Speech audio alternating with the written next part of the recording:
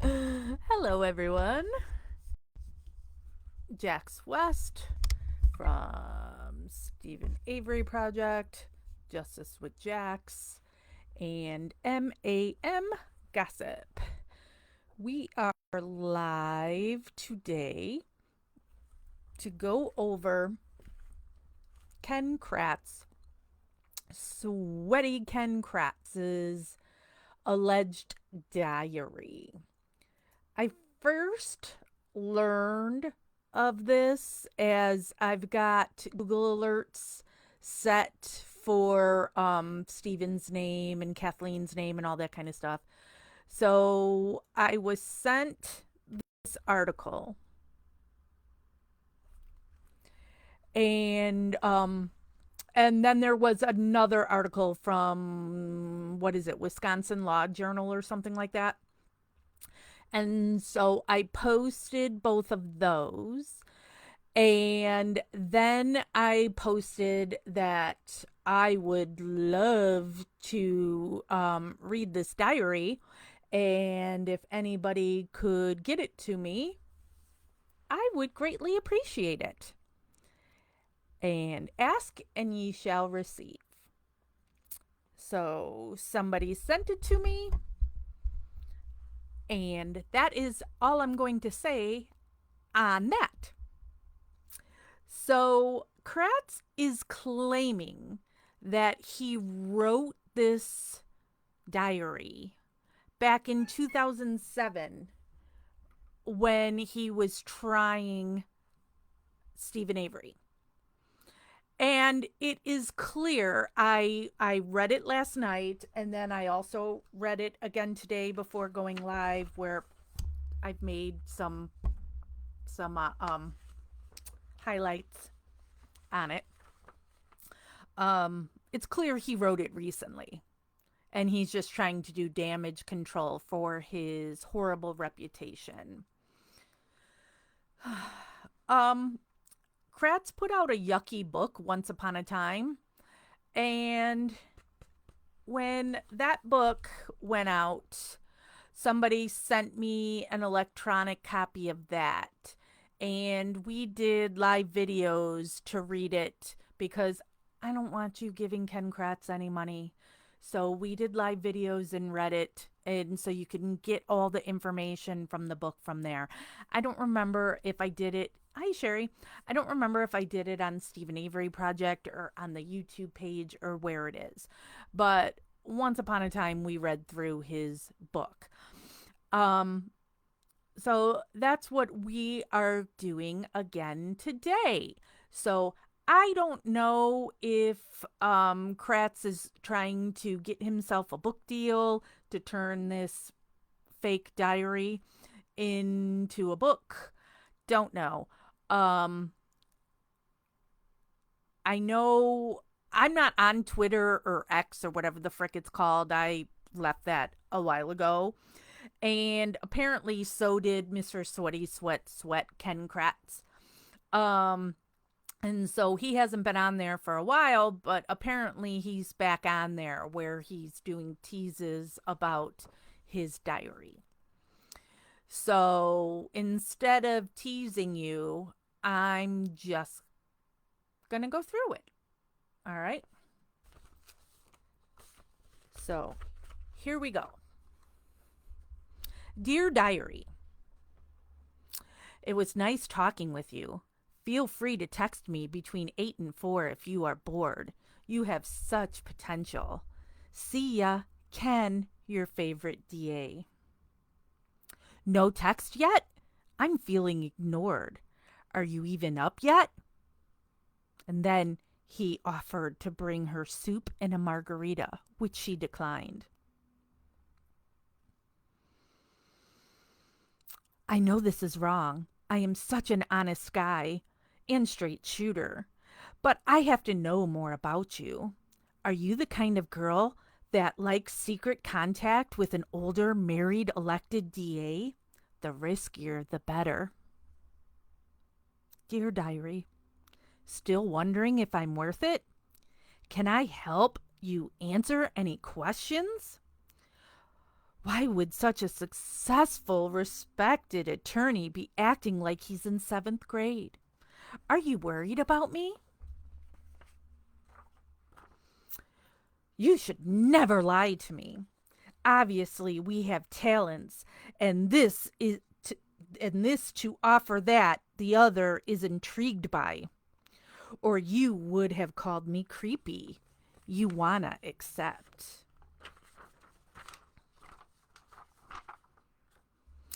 It would go slow enough for Shannon's case to get done. Remember, it would be special enough to risk all. Hey, Miss Communication, what's the sticking point? Your low self esteem and you fear you can't play in my big sandbox? You may look good at first glance, but women that are blonde, 6 feet tall, legs, and great bodies don't like to be shown off or to please their men. I'm the attorney. I have the $350,000 house. I have the six-figure career. You may be the tall, young, hot nymph, but I am the prize. I would not expect you to be the other woman. I would want you to be so hot and treat me so well that you'd be the woman. Are you that good? Thank you. Thank you very much. So, Mr. Ken Kratz, who acts like he is, above reproach and such a good and honest man, was sexting clients of his and trying to force them into having sex with him while he was supposed to be representing their spouses. Let me see what I have in here other than what you heard above were the actual text messages that he sent to women clients. So, Kratz was involved in a sexting scandal in 2009, in which he sent a series of inappropriate texts to a female domestic violence victim. Kratz was prosecuting the woman's ex-boyfriend for allegedly strangling her when Kratz sent upwards of 30 sexually suggestive messages to the victim. The woman told investigators she felt threatened by the messages and was afraid that if she doesn't do what he wants, Kratz will throw out her whole case. The victim told Kratz that she would not lie and she was uncomfortable with his behavior, but Kratz persisted. On October 21, 2009, Kratz began to verbally attack the domestic abuse victim when it became clear that she was not reciprocating. When the woman didn't respond, Kratz kept the texts coming by demeaning her and talking himself up. His final text came on October 22, 2009. The woman filed a sexual harassment suit, which was settled out of court in 2013. The Wisconsin Supreme Court suspended former longtime Calumet County District Attorney Ken Kratz for sexting a woman whose former boyfriend he was prosecuting for abusing her and for lewd comments to social workers involved in other cases. Kratz, who has filed bankruptcy, was also ordered to pay $23,904 for the costs of his disciplinary hearings, which the court noted in its per curiam opinion. He, quote, employed a tooth and nail litigation approach. The prosecutor of 18 years engaged in, quote, exploitative behavior, harassing behavior, and a crass placement of his personal interests above those of his client, the state of Wisconsin, unquote, the court wrote. One social worker said he made a comment about oral sex to her before she testified in court, and later told her he wanted the case to end so he could go to Las Vegas and have big-boobed women serve him drinks. Another social worker said he told her that he thought a court reporter had big breasts. A 31-year-old Oklahoma law student claims that Kratz began texting her after he offered to help her remove a drug conviction from her record. The law student, I'm not saying her name, said there were texts such as, quote, "What are you going to do to please me in between the sheets," unquote, continued for months. The other victim of the sexting DA, also represented by Kratz in her domestic violence case, shed some light on questionable professional behavior that Kratz was engaging in. The woman claims that Kratz told her private details of a murder case he was working on, in addition to the sexting.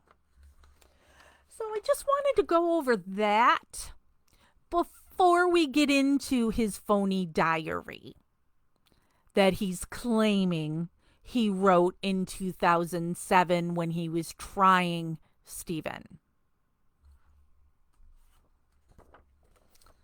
So just know that going into, that's the kind of man he is, that he is going to further abuse domestic violence victims and try and get them to have sex with him in order for him to do right by them on the case. And he had to leave hanging his head in shame. But now he's poking his big, fat, sweaty head out, wanting to get himself notoriety on the Steven Avery case. So we will go through in reading this fake diary. There are 18 pages. I don't know how long this is going to take us to read, but here we go. Dear Diary, this is February 5th, 2007, day 1 of jury selection. This journal, recommended by former Manitowoc County District Attorney, not bothering with his name, who was the prosecutor of serial killer Jeffrey Dahmer, and he told me he always regretted keeping his thoughts and experience in his head instead of on paper.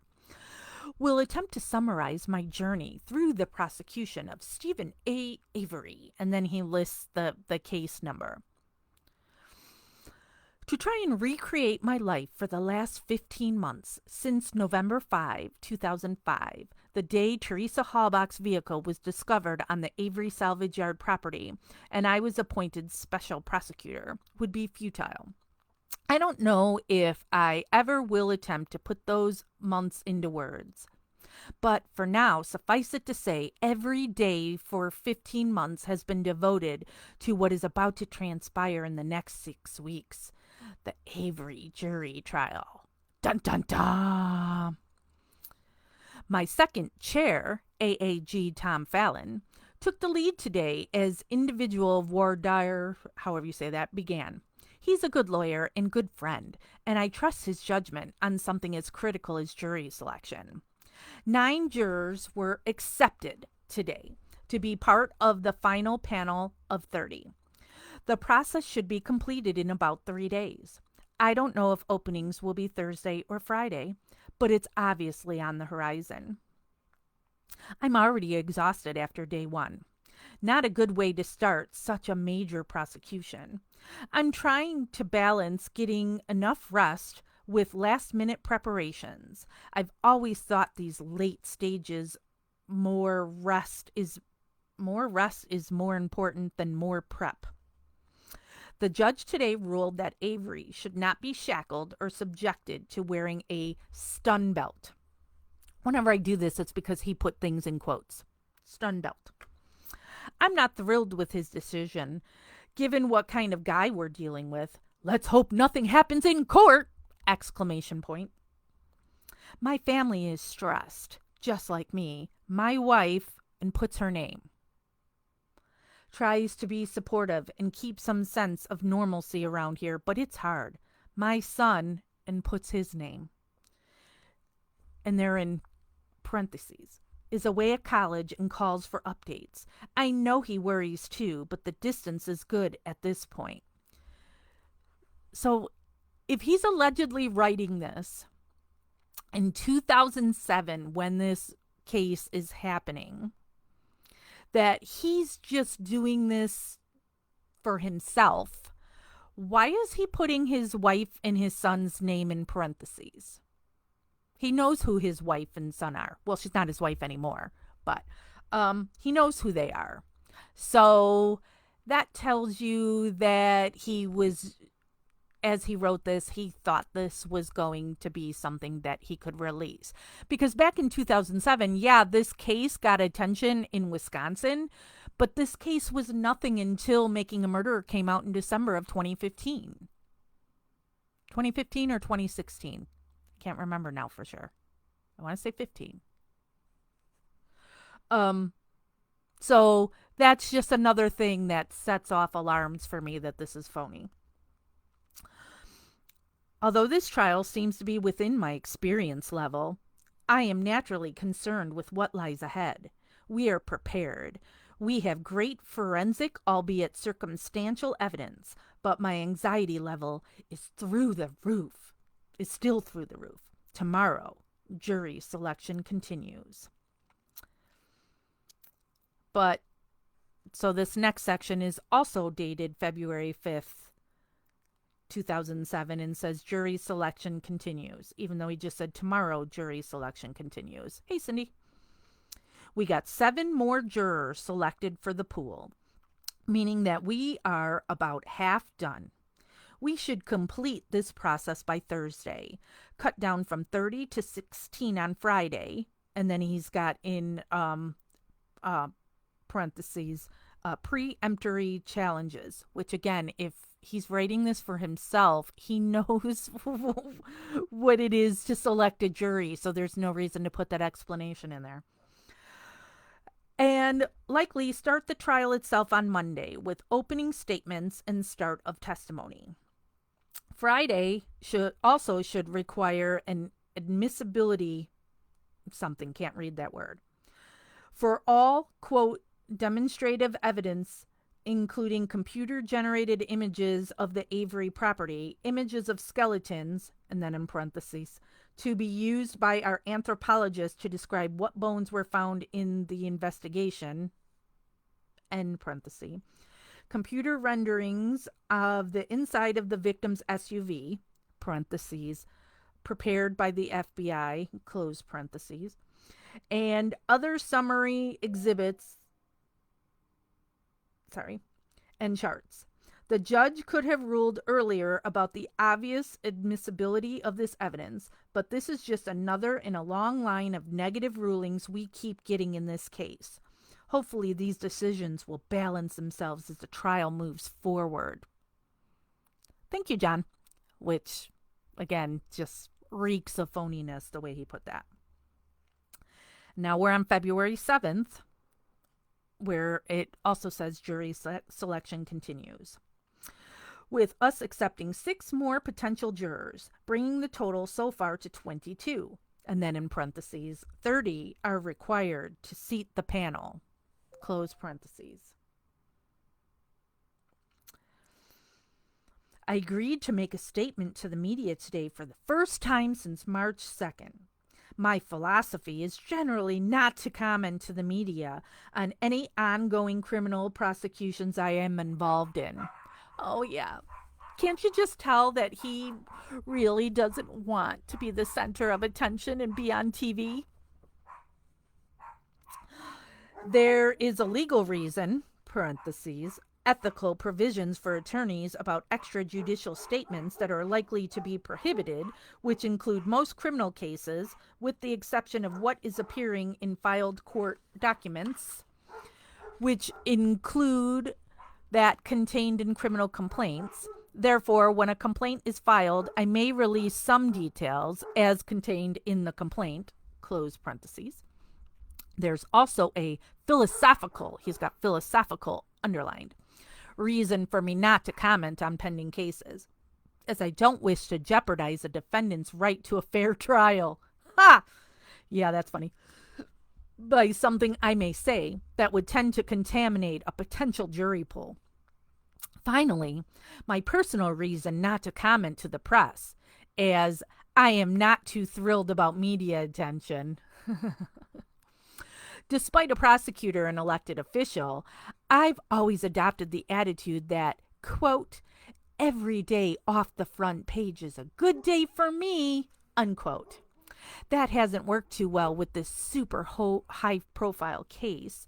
Oh well, because, yeah, since Making a Murderer, he does everything he can to stay off of TV, right? February 8th. Our jury panel was completed today, bringing the pool to 30 to put in the box. Tomorrow, our job is to each strike 7 jurors in what are called preemptory challenges, meaning they are removed for whatever reason that the state believes is necessary. That will be a relatively short proceeding, about an hour. I'm just going to start doing this when he's got stuff in parentheses. About an hour.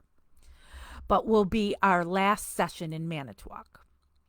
Since it will be Mr. Avery's last day out of custody to the other courthouse, since the trial itself will be conducted in Chilton, concerns exist over security and if any attempts will be made by Mr. Avery to escape or disrupt the proceedings.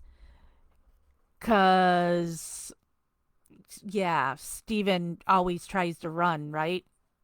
It's so stupid.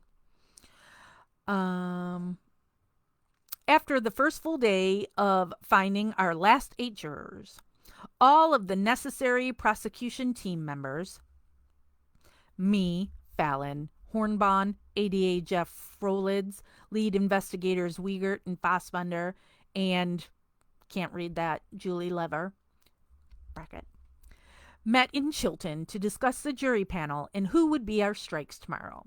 We had a conference call with our jury consultant from Arizona, and she gave us her advice, 90% of which we are following. The 12 jurors and 4 alternates will be finalized tomorrow. February 9th. Jury selection completed. We were able to trim the jury pool from 30 to 16. I am very happy with the makeup of the jury, including several members of the community with substantial ties, including some ties to law enforcement. If you are new on this case, or you've just forgotten, there was not one but 2 people on Stephen's jury that were affiliated with the Manitowoc County Sheriff's Department, one of which, Carl Wardman. You can Google him, and you will see a picture of Carl Wardman. We have the pictures posted here on Stephen Avery Project a million times. Carl Wardman was a community service officer for the Manitowoc Sheriff's Department. But wait, there's more. If you go on KathleenTZellner.com and then you click on the section to go to her page on Stephen Avery, you will see a picture near the top. You can also just Google Stephen Avery. It's one of the most popular pictures that always comes up in a Google search, where you will see Stephen in his orange jumpsuit. He's handcuffed. His hands are in front of him. You see the courthouse behind him, and there's a female deputy on one side of him and a male deputy on the other. If you zoom in on the male's name tag, his last name is Wardman. His father is Carl Wardman, who is a Manitowoc County Sheriff's Office community service officer, and his son is a current deputy who was taking Stephen to and from court. And then there was another person on his jury that was married to somebody at the Manitowoc County Sheriff's Department. I talked to Buting when I had attended one of Brendan Dassey's hearings at the 7th Circuit in Chicago, and Buting had attended that, and I asked him why didn't he strike those people. But just as Kratz is talking about in here, they're only allowed X amount of strikes, and Buting said the strikes they used were people that they thought were even worse than these people. And then it has been said in that jury room that Carl Wardman was pretty much a bully and was pushing that this was going to be guilty, period. So, no matter what, Stephen Avery was not given a fair trial.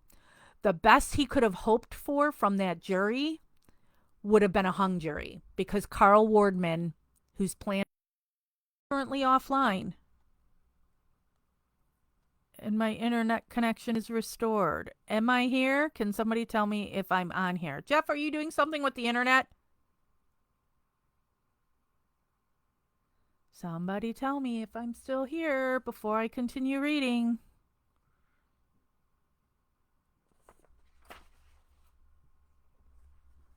Hold, please. Technical bullshit. Thank you, Christopher. Thank you, Cindy. Okay. Hopefully you heard everything I said there. And thank you, Robin, and thank you, John. All right. Back to Dear Diary. This afternoon we had the admissibility, and his handwriting is horrible. So there's going to be times that. What is that? That just scared the hell out of me right there. Okay.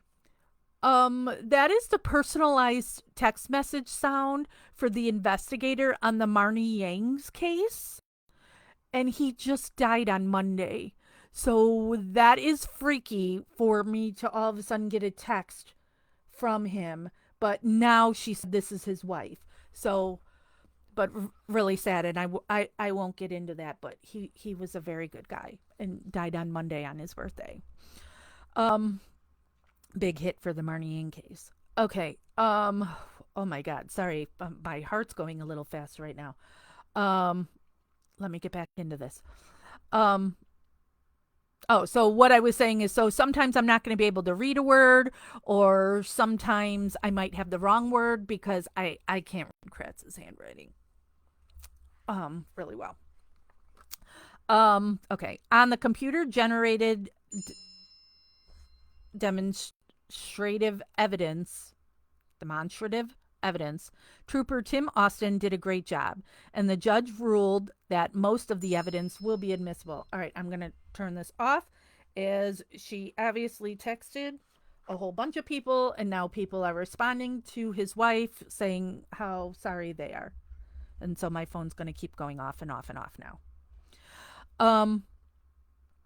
This afternoon, I also met with Karen Halbach, the victim's mother, who agreed to allow me to hold Teresa's St. Christopher's medal. He's got that in quotes. St. Christopher's medal as part of the trial. I feel very comforted that a symbol that was so important to Teresa will be with me throughout the trial. Frankly, on these occasions that I feel in need of additional support, having a part of Teresa with me. Puke. We spent the balance of the late afternoon into the evening preparing the final order of, I think it's writs, at least for the first 6 or 7 days of trial. It turns out all of these writs will be my responsibility to examine, so things are going to be hectic for a while. Now we go to February 12th, 2007. Opening statements. I was very anxious to deliver the biggest opening statement in my life. Anxious in the sense of excited, but also very stressed out.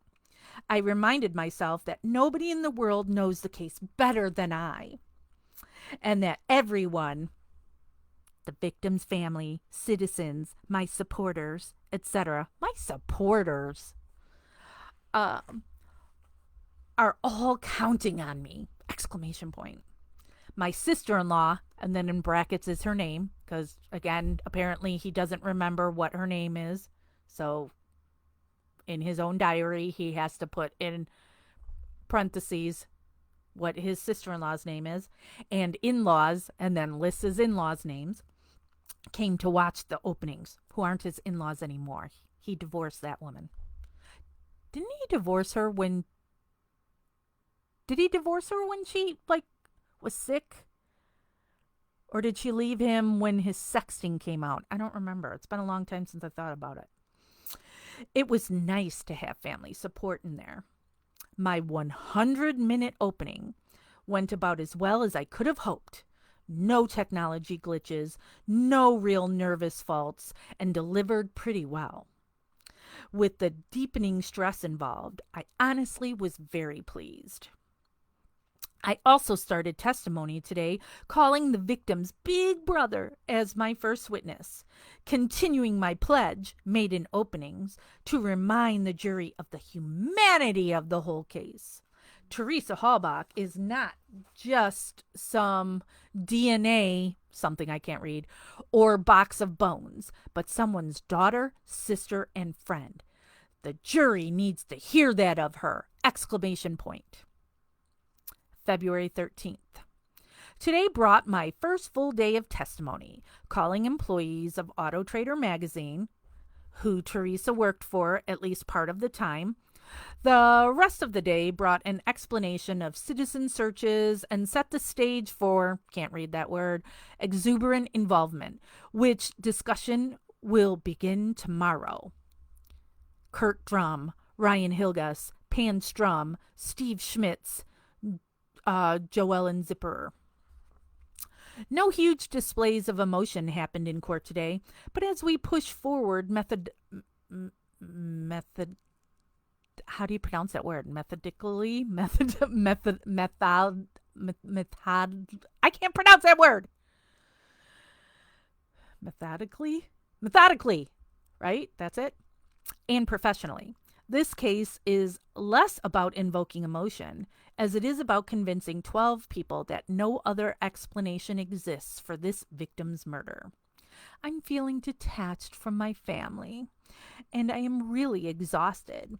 I know this 6-week trial is far more a marathon than a sprint, so I'm sure I will have to take care of myself, wink, I'm adding that, before too long, or I won't be any good to anyone. The prosecution team is getting to know each other well and know what to expect from each other. My job as lead counsel will be to play to our strengths as a team. February 14th. What a roller coaster day! Exclamation point.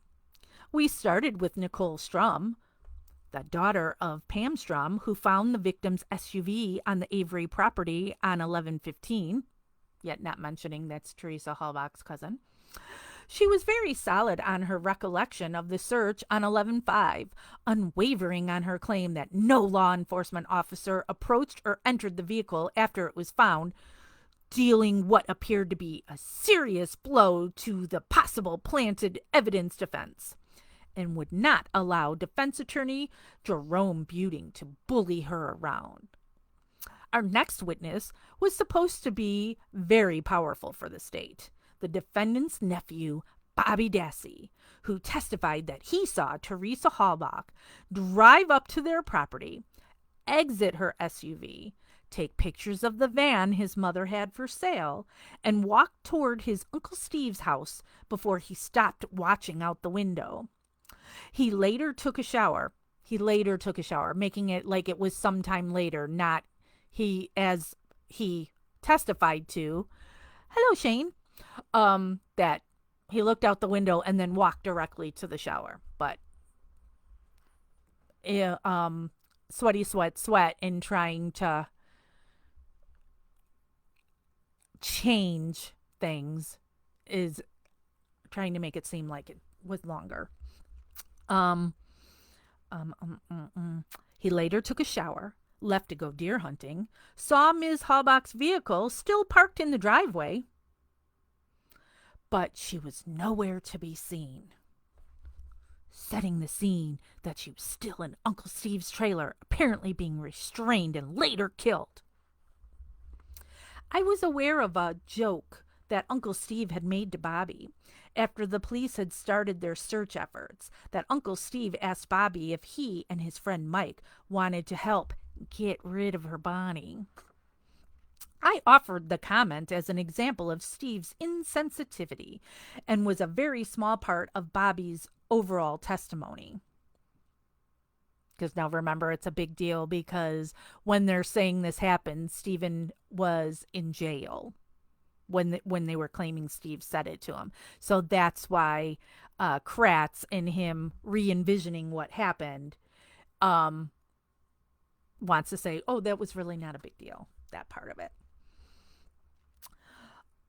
Well, the defense took the opportunity to move for mistrial, telling the court they were surprised by the comment and even suggested that the state was negligent in providing notice of the stunt, thus forming the basis for the mistrial. It turned out that the conversation was reflected in 2 parts of police reports earlier disclosed, but the judge still granted an opportunity for the defense to interview Bobby, apparently for the first time, to delve into this bombshell. It made the state look bad. And if I am sensitive to anything, it's the perception that I am not fair to the defense. I go out of my way to be fair, and I am particularly thin-skinned when it comes to any suggestions of withholding evidence. So, even though I hadn't done anything wrong, I couldn't shake the feelings of unease the whole rest of the day. Tomorrow, the defense will cross-examine Bobby after having the night to question him, so we'll see what damage they do. The afternoon was filled with Tim Austin's describing his computer-generated scene modeling, and he's very good on the stand. For weeks, I insisted that technical support people make sure this presentation, and other experts, came off seamlessly, as I did not want to be perceived as fumbling around or in any way not being prepared. I even insisted on a backup laptop computer to be ready to present the evidence if the main one failed. Well, it happened. When it came time to play the computer animation scene tour, the main computer was unable to play the video! ! I reluctantly called for the backup, which failed also. There I sat in front of the jury with this awesome high-tech virtual computer tour. Have you ever seen that? High-tech. Of the Avery property that would not play. My frustration and disappointment can't be put into words, especially given my plan for this very eventuality. Now I'm forced to repair my reputation on the audiovisual front and fighting mistrial claims. Stress is unbearable. Sorry, I gotta wipe a tear. February 15th. Today started very early for me again, as I woke up a few minutes before 3 a.m. I'm quite certain I haven't slept through the night for the past 15 months. But I know it's going to catch up with me if things don't improve dramatically as the trial wears on. My tech people showed up from Madison by 7:20 a.m. and had my laptop able to play the computer-generated animation from the day before. So, a good start. The defense cross-examined the defendant's nephew, Bobby, who yesterday recounted a joke. The defendant made about hiding a body. Even with the explanation, nobody thought it was very funny. I wonder what weight the jury gives to such sick humor.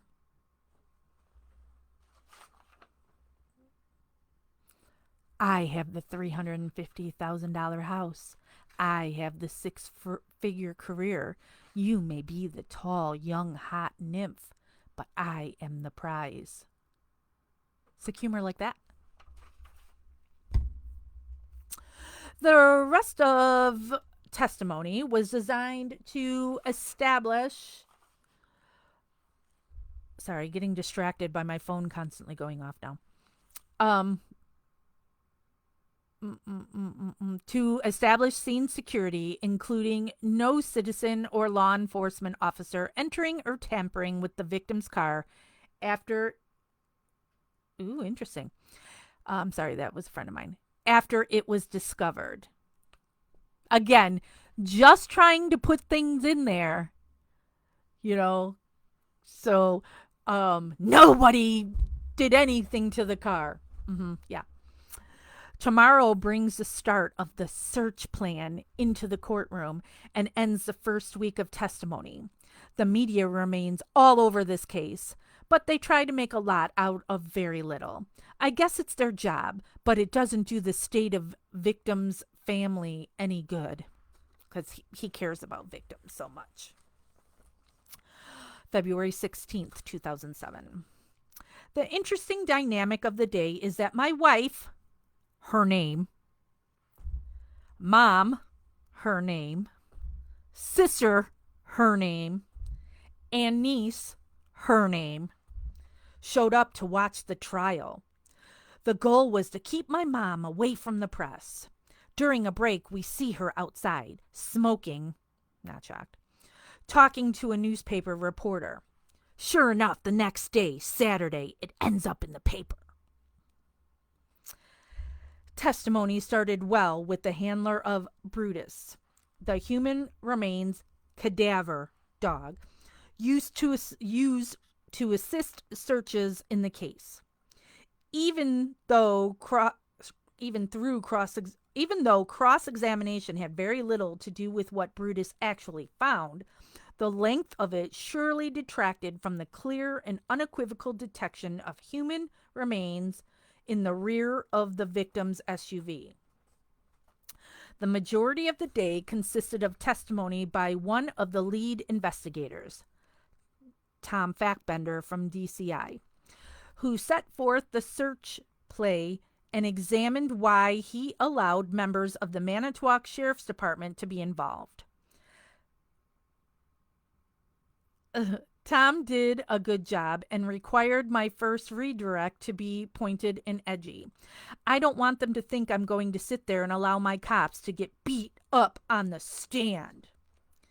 The end of the day brought the story of finding the victim's license plates hidden in a junked car on the defendant's salvage property. February 19th. Today was the first witness that I did not examine. The crime scene response team member, John Ertl, was examined by Tom Fallon, AAG, and member of the prosecution team. I also allowed Tom to handle our press conference, since he handled the witness. He's an experienced prosecutor, so doing the media thing should have been that difficult. Probably says should not have been that difficult. It does raise the first time that I was really not personally in control of the case. It's probably good for me to give up some control of aspects of the case, if for nothing more than a brief break. The coming days will bring more examinations from Tom as well as Norm Gahn, who will handle the blood evidence. I took over in the afternoon with Manitowoc Deputy Dave Siders, who discovered Avery's burn barrel, which contained electronics, including the victim's cell phone, camera, and PDA. The rest of the day included our main Calumet County evidence tech, Bill Tyson, who testified about all the searches he performed. Almost 50 items of physical evidence were introduced through Tyson. February 20th. Today was our... Oh my God, I'm getting a stabbing pain in my back, sorry. Today was our first opportunity to address the defense theory of planted evidence head on. We started with Sergeant Andy Colborn, who is one of two Manitowoc County Sheriff's deputies that the defense has claimed planted blood inside the victim's SUV. Did he know at this point that they were saying that stuff was planted? Maybe it was done in their opening. I don't know.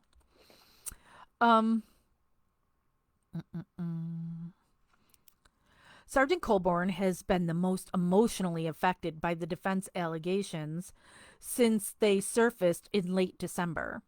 He's never been on the front page before, and you can tell his credibility and integrity have never been questioned. We've been very upset that the court has allowed any evidence of a frame-up defense, since there is no way to connect any cops to the presence of an old vial of blood located last summer in the clerk of court's office in Manitowoc. Just because a defense attorney says that it's possible that one of these officers removed the vial of blood planted the evidence in the SUV and returned the vial does not make it evidence of a frame-up. The irony is that this defense, if they stuck with it, may be easy to defeat through EDTA testing of the blood vial compared to what was found in the SUV, but more will be presented on this issue as the trial progresses. 221. Testimony concluded with Lieutenant James Lenk today, one of two Manitowoc deputies accused of planting evidence against the defendant.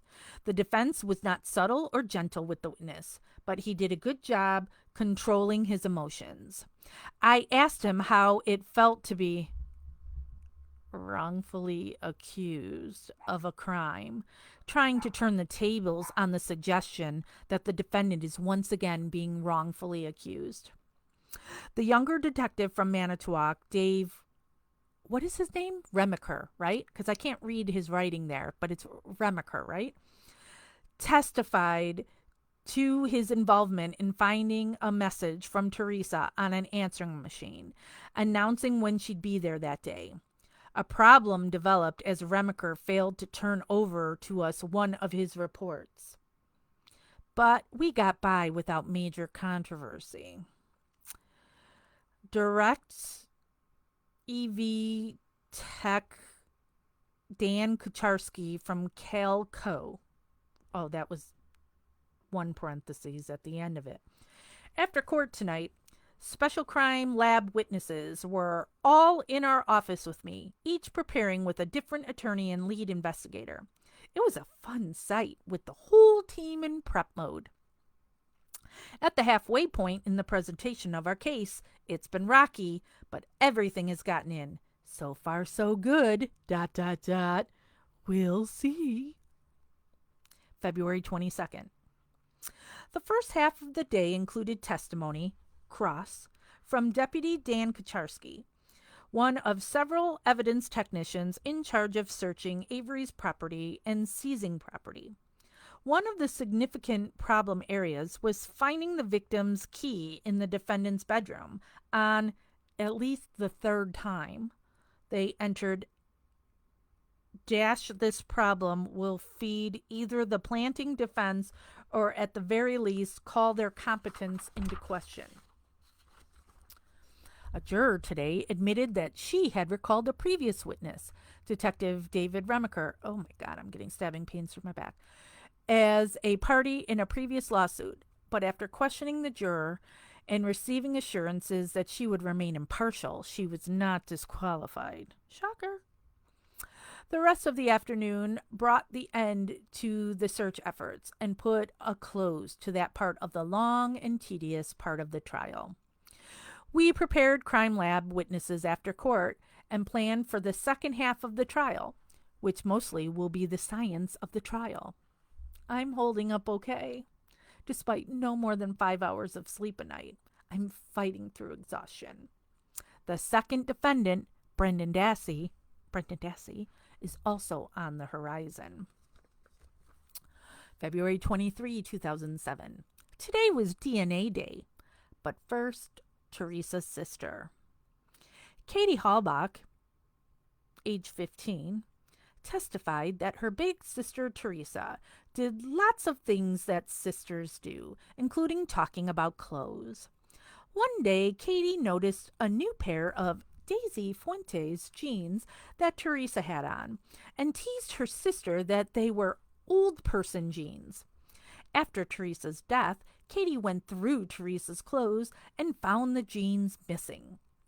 Other witnesses have testified that Teresa was wearing jeans that day she went missing, but didn't know the brand. Obviously, the fact that investigators found Daisy Fuentes rivets in the same place as the victim's human remains should be a significant fact for the jury. Not that Daisy Fuentes jeans were sold in Kohl's and were quite common at that time, but I digress.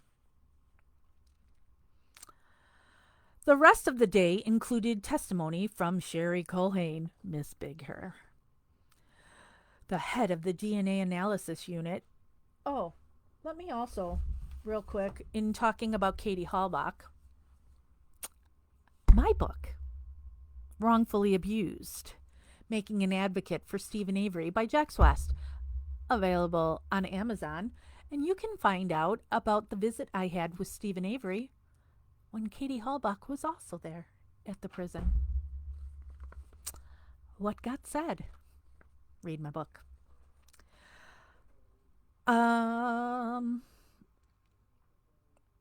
Okay, so back to Big Hair Sherry Culhane. Culhane, ironically, was the same analyst who tested Avery's DNA in 2003 and exonerated him from his 1985 rape conviction. Even more bizarre is the fact that Culhane was the same lab analyst in 1985 who examined evidence well before DNA typing was available that failed to exclude Avery. What a case! Exclamation point. So Kratz also isn't including that Culhane was asked in the Penny Bernstein case now to test that DNA, and she sat on it for a year, keeping Stephen in prison for a year longer for Penny Bernstein's attempted rape that he was innocent of. Culhane testified that she obtained standards called exemplars from all adults on the Avery property, including Stephen, his brothers Chuck and Earl, his sister Barb, her kids Brendan, Brian, and Bobby, and Steve's parents Dolores and Alan. She received an exemplar from Teresa, a 2002 pap smear. She developed DNA profiles for all. She then processed evidence: the blood found in the victim's RAV4, saliva from the victim's soda can, DNA on the vehicle. I'm here. It keeps saying it's waiting for your live signal.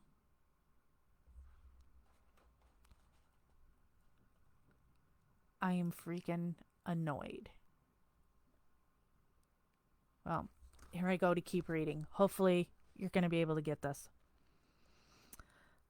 But now I'm getting angry.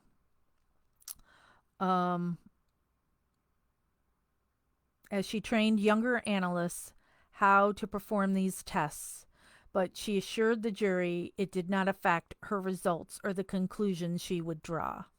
Because, yeah, of course she's going to say her spitting in a test tube. Thank you, Cindy. Her spitting in a test tube isn't going to damage the evidence. The results of the DNA testing showed the defendant's DNA to the exclusion of everyone else. We're in the following places: blind in the SUV. I can't read that word. The driver's seat, on the front passenger seat, on the center console floor, near the ignition on the dash, on a CD case, in the front seat, on the door jamb on the victim's passenger rear door. Skin cell DNA on the SUV hood latch. Oh, wait, he's not saying sweat? And on the Toyota key found in his bedroom. His DNA was also in some places you'd expect: his garage, his bathroom, his personal vehicle. I'm still annoyed. Now Christopher tells me I'm off again. I'm annoyed that he's not saying sweat, because back when he did this trial, he was talking about sweat DNA, sweat. But now he's saying skin cell DNA. That's not what he said back then. It's because he's been called out that there's no such thing as sweat DNA, that in him writing a fake diary, he's now going to say skin cell. The victim's DNA was found in bloodstains in her SUV, large pools of blood in the cargo area, smears on the rear tailgate plate, blood patterns on the back inside door panel. As mentioned, a partial DNA profile was developed from the victim's recovered bone and tissue. Partial DNA.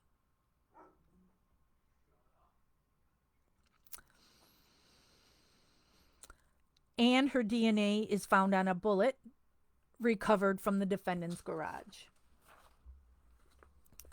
She testified the most exhibits ever submitted to the crime lab, over 340, and most requests for DNA analysis, 180, came in this case. For the crime lab, this is the largest criminal investigation in state of Wisconsin history. Cross-examination Monday. February 26. Cross-examination of Sherry Culhane was very aggressive, especially as it pertained to contamination of tests related to the bullet found in the garage with the victim's DNA. Sherry held up pretty well on the examination, but it was very long. Oh, I should have printed his email to Sherry. Put her in the trailer or garage. During the morning, the defense attempted to shift defense theory from planting evidence of blood, a blood vial in the Manitowoc Clerk of Court's office, to planting of other DNA on the victim's key and hood latch, as speculated by suggesting that the buccal swabs of the defendant, after examination at the crime lab, were returned by the Manitowoc Sheriff's Department and available to be planted.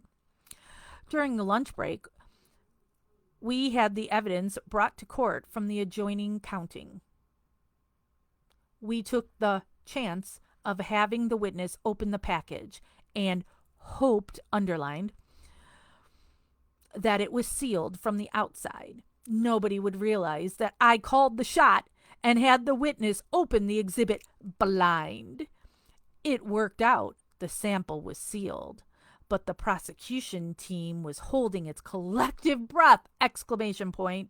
What a moment! We ended the day with the direct examination of the blood splatter expert, and will continue tomorrow. Let me again show you. In 2017, my husband used the same vial that has EDTA in it that they found from the Penny Bernstein case in the clerk's office. And the big deal when they opened that is that there were 2 holes on that were viewable on the top of this vial. And I videoed when my husband drew his own blood to put in here. And then we also took pictures of it. And at that time, after he did it, there were 2 very clear holes on the top of this vial. Okay, this was done in 2017, which actually the blood now is like dried up. There's no liquid in this vial anymore. But when you look, I don't know how I can get you to see this, but when you look at this lid now, there's no more holes since these are self-sealing. So yeah, you're gonna see holes on the top of this because that's what is done when you draw blood into these things and the needle is stuck in there.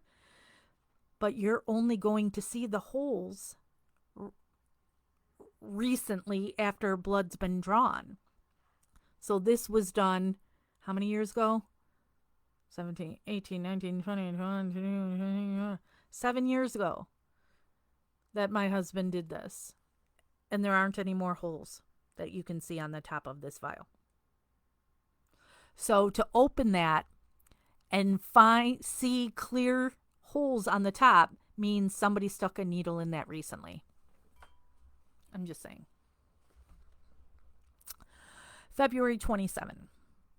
Today began with the wrap-up cross-exam of the state's blood splatter expert, who, like most experts in this case, seems compelled to characterize defense theories as possible rather than the nonsense they are.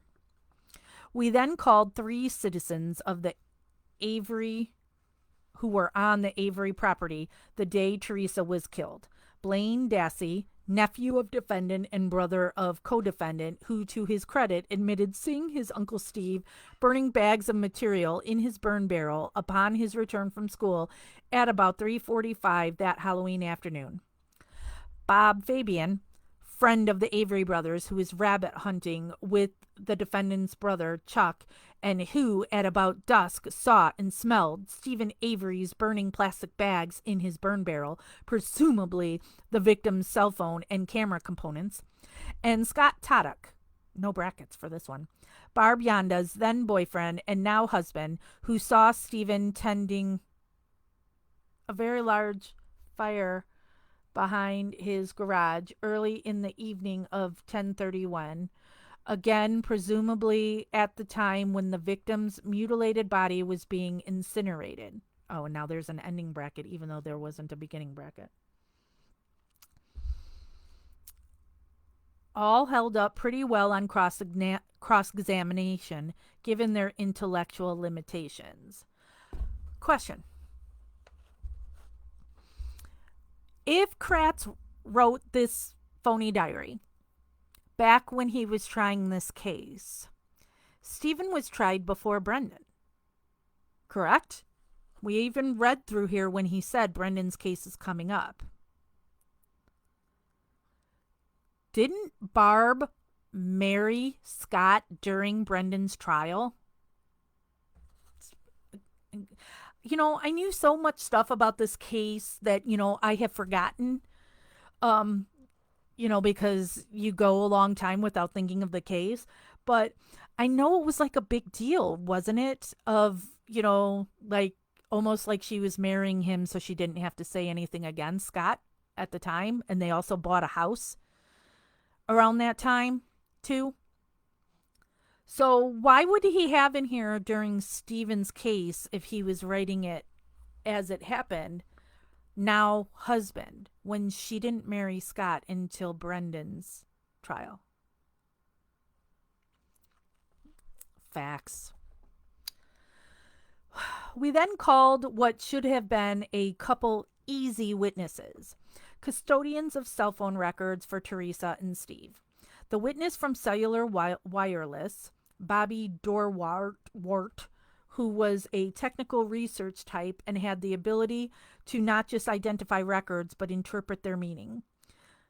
Oh, there was a beginning bracket but no ending bracket. Cell calls are used in this case to establish the timeline of events, especially in Teresa's arrival at the Avery property, showing when she was killed and who was on the property at the time with opportunity to commit the crimes. The other witness, however, from Singular Wireless, Laura Schrady, was a store manager, and despite being a custodian of records, obviously didn't know what they meant.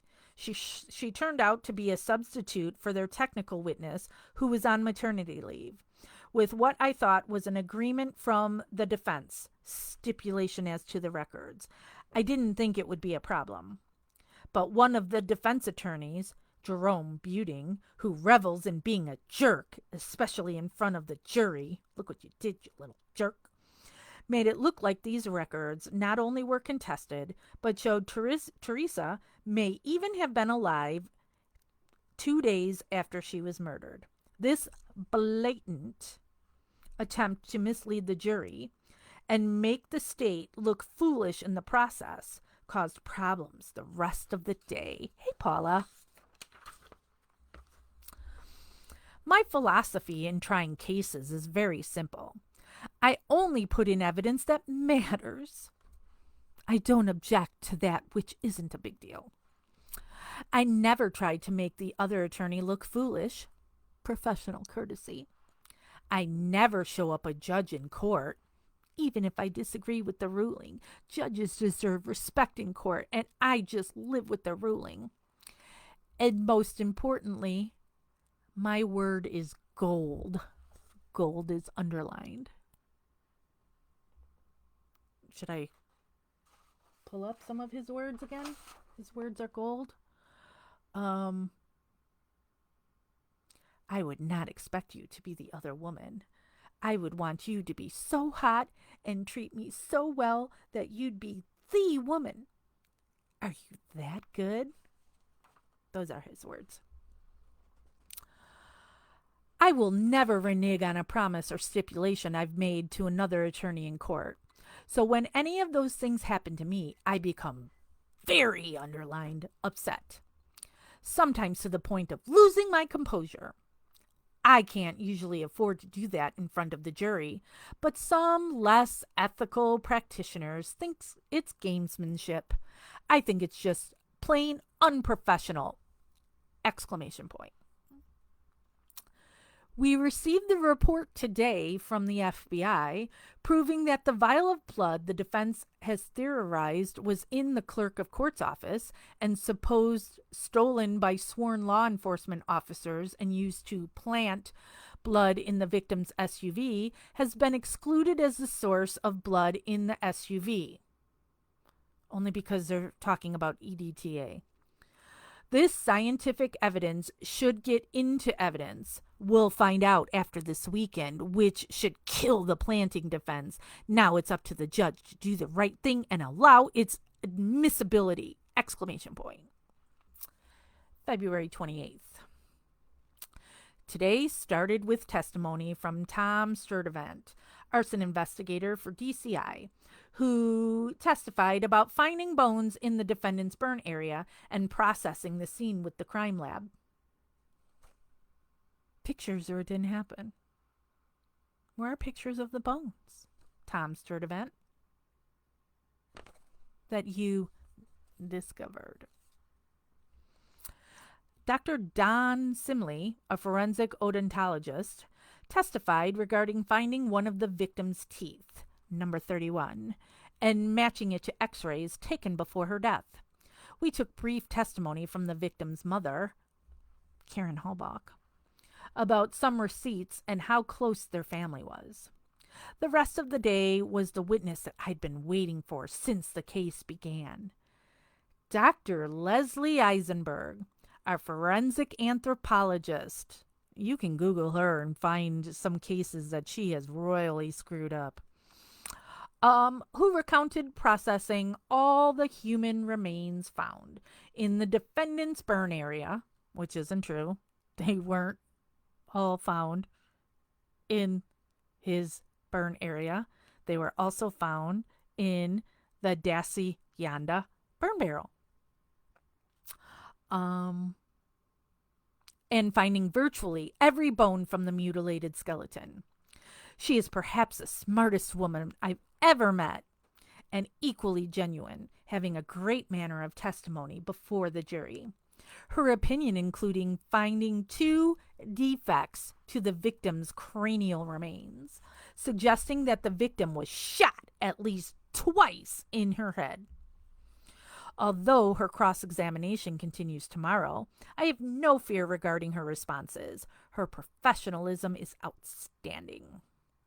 I gave a press conference this afternoon and gave pretty pointed responses to questions. That's just how I felt today. March 1st. Cross-examination of Leslie Eisenberg went as expected. She's too smart to allow any of her opinions to be challenged by attorneys, those with no real experience or knowledge in anthropology. She ended her testimony like it began, clear, believable, and very powerful.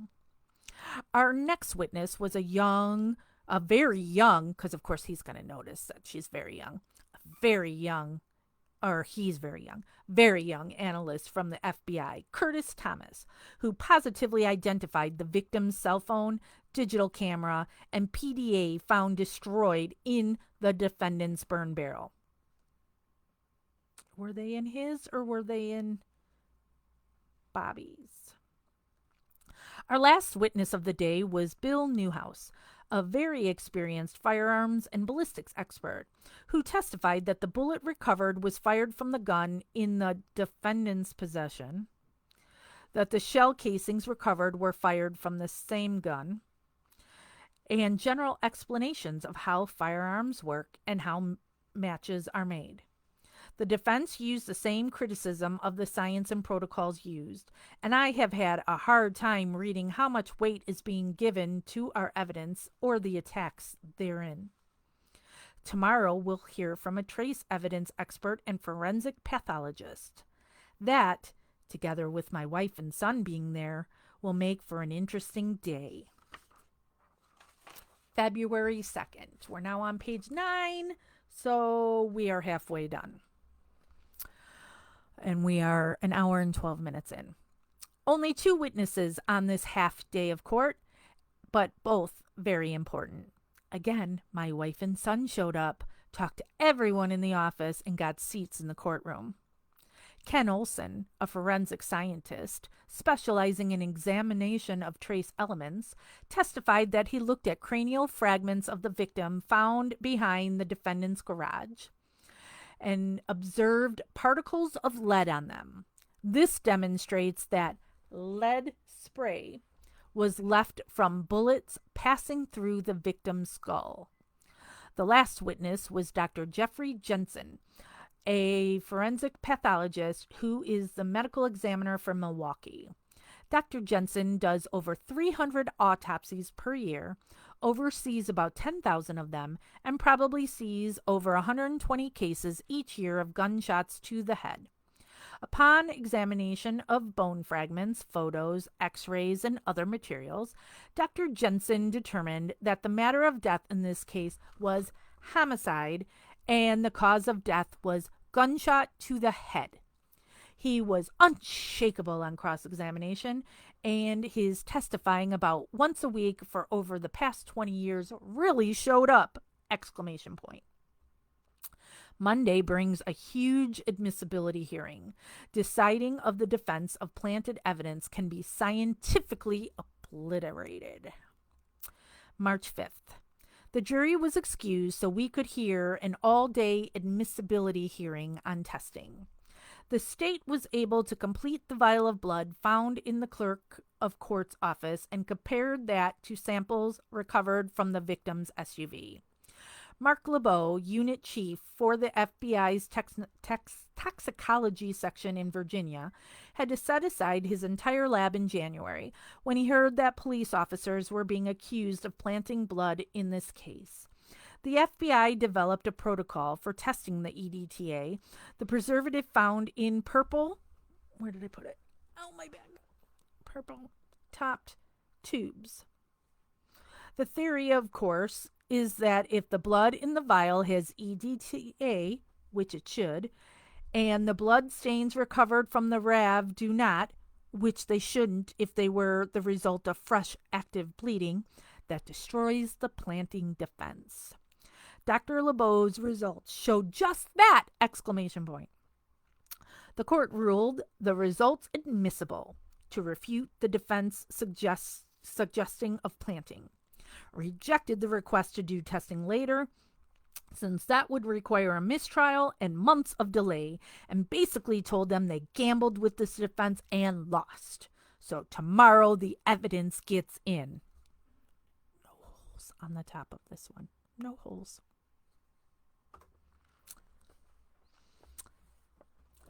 March 6th. After the judge ruled the testimony of Dr. LeBeau admissible, today's testimony seemed like deja vu. Since we heard most of the questions and answers yesterday, today was a bit strange.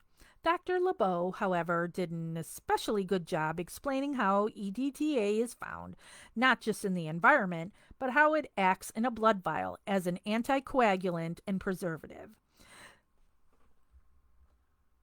Didn't preserve this really well. This blood is flaked in here, and it like all went to the top of this vial. The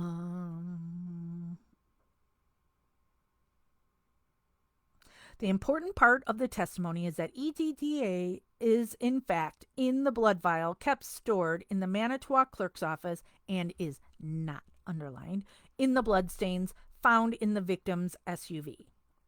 The cross-examination of Dr. LeBeau was very vigorous, often drawing comparisons to the O.J. Simpson trial and how the FBI screwed up the results in that case, and they hurried to develop a testing protocol. The day also included Lynn Zygmunt, the Manitowoc Clerk of Court, who gave a brief history of Avery's 1985 case and how a vial of blood ended up in their court file today. This was a big day for the prosecution to refute the defense case. March 7th. Today started with Rod Pevito, an arson investigator who has a great deal of experience in not only fire cases, but those that include death, from not a great deal of burning to full incineration of the body. He explained the excavation of the burn area, provided expert testimony about heat produced by tires and how bodies react to extreme heat. Mike Riddle, fingerprint examiner, testified as to mostly elimination of prints that were suitable for comparison, but that most samples were not suitable for ID. Not suitable for ID. So let me go to this John Ferrick article of the things that Kathleen Zellner has currently brought up. The spare ignition key for Teresa Halbach's RAV4 found on Avery's bedroom carpet by Manitowoc County Sheriff's deputies Jim Link and Andy Colborn. The crumpled up license plates for Halbach's RAV4 found in a wrecked station wagon on the Avery salvage yard. Bullet fragments found in Avery's detached garage 4 months after his arrest, long after police packed up, stabbing pain in my back, and finished searching Avery's garage in November 2005. Collection of the groin swabs to gain an extra DNA sample of Avery by lead investigators Tom Fackbender and Mark Leigert. The groin swabs were likely substituted as the hood latch DNA swabs to further incriminate Avery and connect him to Halbach's Toyota RAV4. All right, let's go back.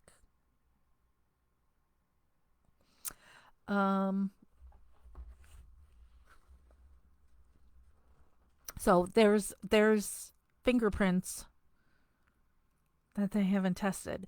They just saw that they weren't Stephen, they weren't Brendan's, they weren't the Laura's, because she was somebody that they spotlighted. And then it's like, we don't care about these fingerprints anymore. Yet we're going to hide the RAV4 because we know there's fingerprints on there. Todd Zimmerman, telephone testimony allowed, technician for Singular Wireless, cleared up misconceptions about voicemail account of the victim and that her messages were accessed after she was reported missing. If you recall, attorneys for the defense, in my opinion, intentionally misrepresented the evidence. Really? He's saying that Strang and Buting purposely misrepresented evidence. I also recalled Mike Halbach, the victim's brother, to say he was the one who retrieved the messages.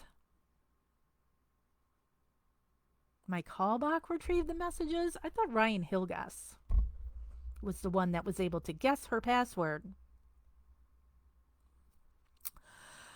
My last witness was lead investigator Mark Leigert, who defended decisions he's made on the case. Assuming all the exhibits get into evidence, I informed the court today that the state rested. That's obviously a watershed moment in any trial, and was nice to have all my T's crossed, allowing me to finish my part of the case. I will meet with the Halbach family tomorrow and explain how I believe the case is going. They seem okay with the case so far. We've asked the defense... Sorry. That's annoying.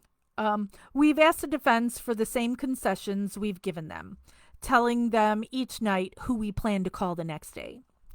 The list provided by the defense tonight included about 15 witnesses, most of who cannot possibly be called. Right now, I have no, underlined, confidence or respect for these guys. Tomorrow morning, the defense will also move to dismiss of 4 false imprisonment, which usually is not a concern, but given the circumstantial nature of the charges, it may be a close call in the motion hearing. But for right now, in all capitals, the state rested! Exclamation point. March 8, 2007. I met with the Halbach family this morning, explaining what to expect in the morning. Motion to dismiss after the state rested yesterday, and some other motions that the court had yet to decide. They seemed very positive about the case and are always very grateful for any feedback and time that I can give them. The arguments on the morning motions were very contentious, with an extra dose of angst seemingly thrown in towards me personally and the early press conference I had. Any shot they can take at the prosecution, these two attorneys seem to enjoy. For whatever reason, I was feeling low today.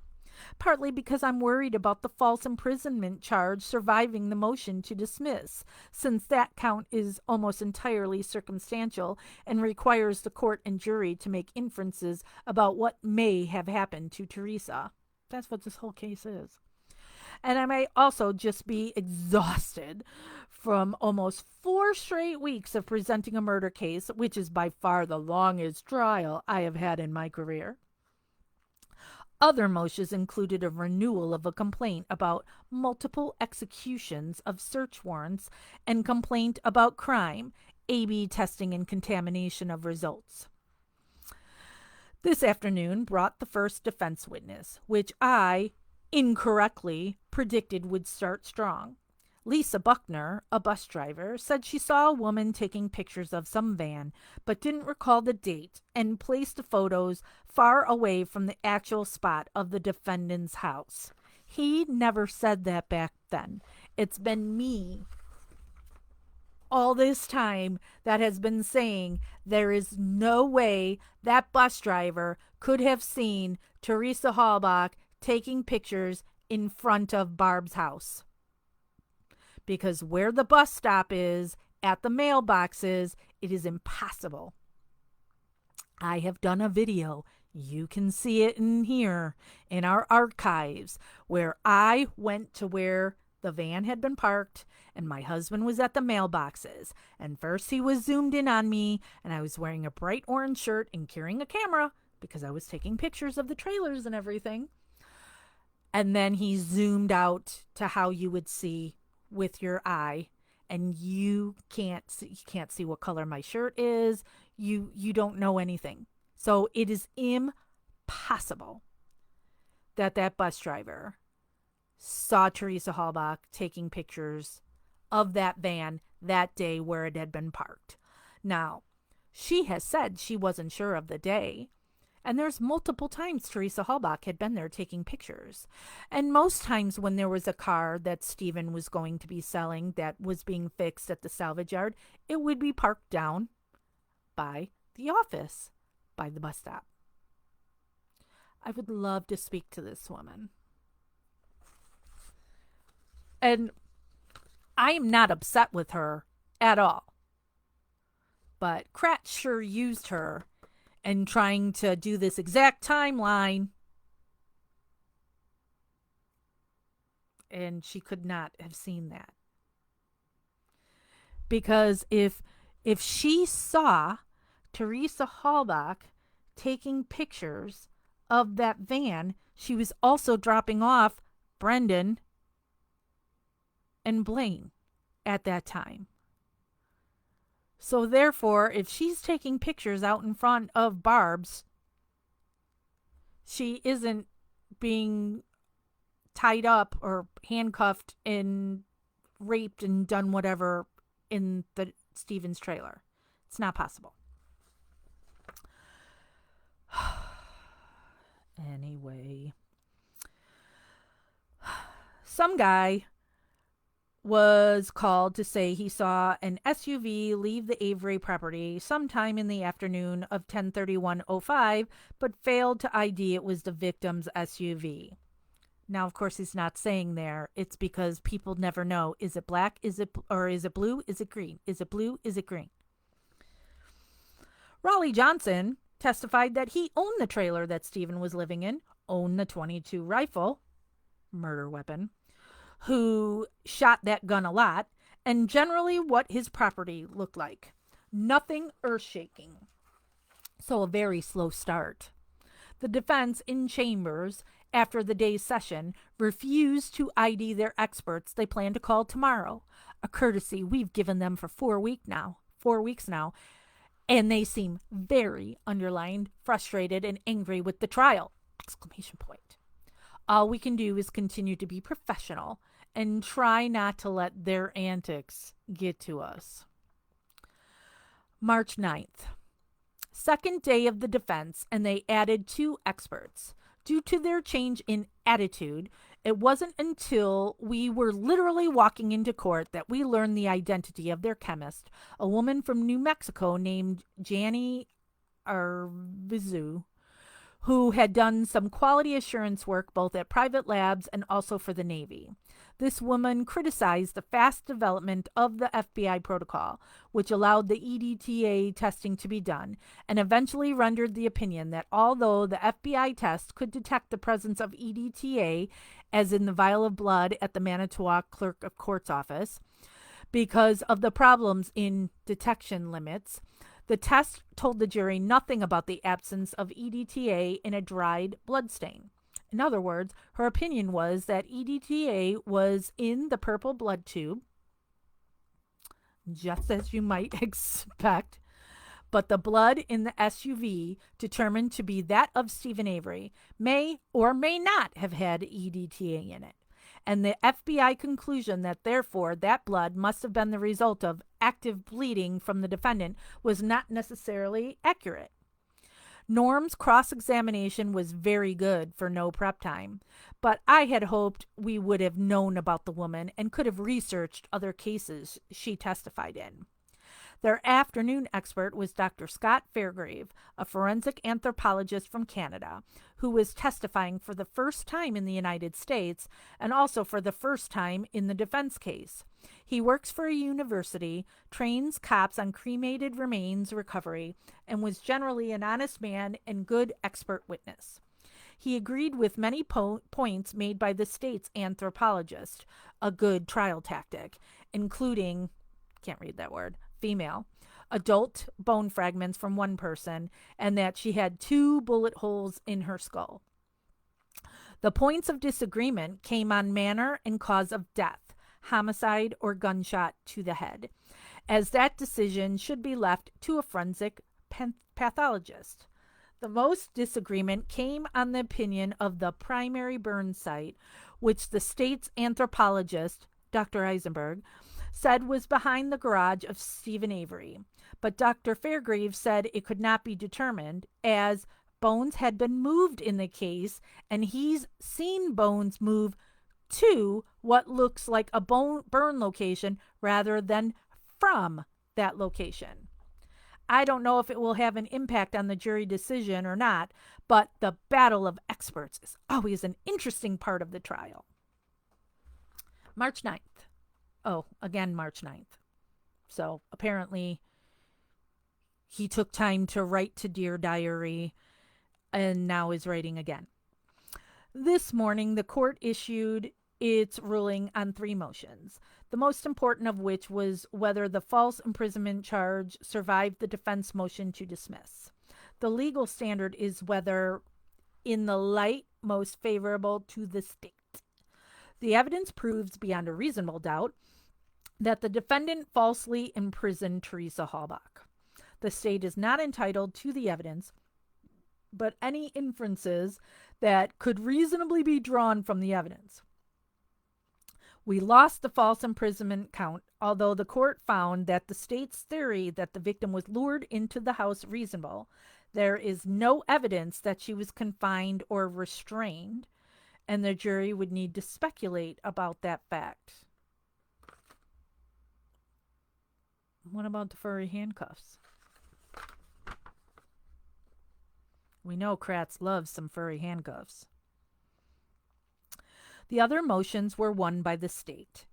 First, the court reaffirmed its ruling that the executions on the search warrant, especially as it pertained to the burn pit area, was reasonable. in pretrial rulings, the court had already denied the defense complaint about the multiple executions of the warrant. Second, the court denied a defense motion to exclude the bullet in this case, as they claim that they did not get to watch over the DNA analyst's shoulder and she consumed all the sample. Aw, shucks, she used it all up. That was pretty easy motion for the court to reject. After the rulings, the defendant was asked whether he intended to testify. I had been preparing for his cross-examination, including the previous weekend, and was prepared with not just statements he wrote to law enforcement, but to media with recorded jail calls, as previously decided by me in the case to not put into evidence any of his statement. I had all of his contradictory statements held back and ready to impeach him. He decided not to testify. Not is underlined. Which was the outcome I predicted. He's such a genius. Look at all his predictions. When I didn't give the defense a chance earlier in the case to get any of his denials in through our own witness, the defense rested. The state really had no rebuttal testimony to present, as the defense was a couple citizens who didn't recall anything and 2 experts who disagreed with our experts. So the evidentiary part of the case ended abruptly, and the defense requested a whole day to prepare their closing. So we'd talk about jury instructions on Tuesday the 13th to give our closings on Wednesday. March 13th. The defense had tried unsuccessfully earlier in the trial to remove a female juror who had previously sat on a civil case involving Detective Dave Remaker. She's been very attentive, and the state would hate to lose a good juror. So before coming to any agreements with the defense on what jurors would eventually hear the case, we make the defense, unsuccessfully, argue again for this juror's removal. We had toyed with the idea of each side being granted another preemptory strike, as we wanted to remove a male juror whose occupation was being in a band and living on his wife's trust fund. That's Richard Mahler. But late in the day, the judge got word that some citizen overheard her at a fish fry express her opinion that the defendant was guilty. This causes great appellate concern, especially if she is not struck for cause, and later it's determined that the story was true. So we are trying to ensure the best jury makeup while avoiding appellate issues at the same time. We'll question the juror in the morning. March 14th, 2007. This is a very stressful day for me since I have to deliver my closing argument. I want to get going right at 9 a.m. because the defense has announced that they intend to split their closing between the 2 lawyers, Buting and Strang, and I want the case to get to the jury in the same day we start the arguments.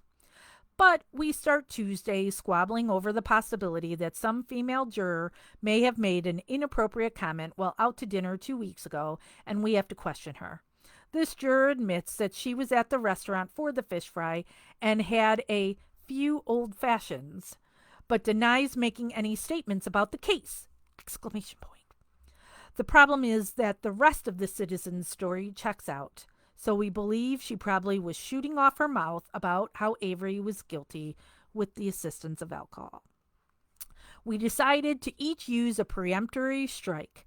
The defense struck the juror who previously sat on the Remaker civil jury, and the state struck the woman who spoke at the restaurant and agreed to make the snitch from earlier in the trial the lone alternate. But this process, he doesn't have a closing bracket, but this process took us past 10 a.m., so we'd have to hurry to get done today. The jury instructions took about 40 minutes, and I began my closing argument. I had been working on my closing to some degree since the weekend. The tone and structure were not chosen randomly. First, I decided not to talk about Lieutenant Lenk and Sergeant Colborne. I knew the defense had to attack them in their closing. And saving this topic for my rebuttal argument would likely allow a more indignant tone, which be in sharp contrast to my natural style and the tone I purposefully select for my closing. End bracket. Second, rather than trying to inject a lot of sympathy into the argument, which would be easy given the subject matter and type of murder victim we were talking about, I decided to stick to the facts of the case, a concept that Norm Gahn called hit them over the head with facts. Page 13 of 18. By closing, like my opening, was presented using PowerPoint slides. For the last 15 months, I had been putting all the photos on this case onto a laptop computer organized by files to allow witnesses to view, views in all capitals, to view, and also allow use in my arguments. I'm proud of my ability to present visual evidence, and I hope that this tool has shown the jury the extent to which I am prepared, not fumbling around for photos, documents, or other exhibits. The defense has asked me on several occasions to put an exhibit up on the screen for them, and generally I've been accommodating. But frankly, I've spent a great deal of time and energy organizing these images, and the defense should not keep the gifts of my work product. So my closing was organized by fact numbers. That is fact number 1, fact number 2, etc. These facts were meant to include most of the uncontested facts of the case and show the jury that all of the evidence pointed to the same conclusion, that Steven Avery was responsible for the murder of Teresa Halbach, and by inference, her mutilation of her corpse and possessing a firearm as a convicted felon. I organized my closing by topic for a couple other practical reasons. First, since the judge had dismissed the false imprisonment count, the charge which required the jury to draw some inferences from the hard scientific and eyewitness evidence, I no longer had a compelling reason to tell a story with my closing. In other words, if I had to convince the jury to assume facts that supported the false imprisonment count, I would have to have told a story in a narrative fashion. Since I no longer had such an obligation, a topical closing argument structure made more sense. The last reason I picked a topic-oriented closing was the sheer volume of information I was asking the jury to digest. There had to be some organization that every education level juror could grasp, especially since they were not allowed to take notes during the closing. Throughout the trial, I had Julie Leverens, my victim witness coordinator, taking pictures of witnesses for a reminder to the jurors what the witnesses looked like so they could place their testimony within their memories. The one disadvantage to a topical closing was the reality that any single witness may have offered evidence on more than one topic, and therefore their photo might be used several times throughout the closing. But there was nothing I could do about that, and the benefits to including photos of witnesses with bullet points of what they said far outweighed the redundancy of using the wit photo a number of times. In writing my closing, and eventually in its delivery, I had to choose a point to start closing. Because of the overwhelming size of the investigation, I theorized that I needed the jury to pick one moment in time and build both forward and backward from that moment. If I could place the jury in that one moment, I would be well on my way to breaking those closing into smaller, bite-sized pieces for them to chew on. The question, of course, was what moment did I want to start at? I had thought for the past year that I would be giving a tell a story closing, so that story needed a starting place too. Frankly, my original thought was to start at the very moment when Teresa was shot by Steven Avery, as that was the focal point of the investigation, and by its very definition, the central allegation, murder made against Avery. My original closing themes were going to include the five senses and the sound of the 22 caliber rifle that nobody else at the salvage yard was able to hear. Being the last sound that Teresa ever heard was to be my launching point. It was a moment in time. It allowed discussion of physical evidence recovered and would evoke emotion with the jury. I'd also grab their immediate attention from that beginning point. The problem with that start was it was not an uncontested start. It didn't fit my new hit them over the head with facts theme, and therefore I was searching for another moment. One probably less dramatic, ironically, was also a better option in my opinion. I could start with 8:12 a.m. on October 31, 2005, the moment Stephen Avery called Auto Trader magazine to ask that Teresa Halbach be sent out to his property. Which again goes, Stephen had her cell phone number. Why would he call Auto Trader and make a paper trail if he's going to kill her? That had the advantage of being a relatively uncontested fact, but didn't really allow too much mobility of going forward and backward in my arguments. I also wasn't very dramatic at all. A phone call rarely is. And I didn't think that would grab the jury's attention. My next thought was to start with 7:45 p.m. on Halloween night, the moment in time when Scott Taddock sees Stephen Avery standing next to a big fire behind the garage. Again, get my book, Wrongfully Abused, Making an Advocate for Stephen Avery by Jax West on Amazon. And you'll hear about when I went to Scott Taddock's house and interviewed him and asked him about that fire. And he told me he didn't see a fire.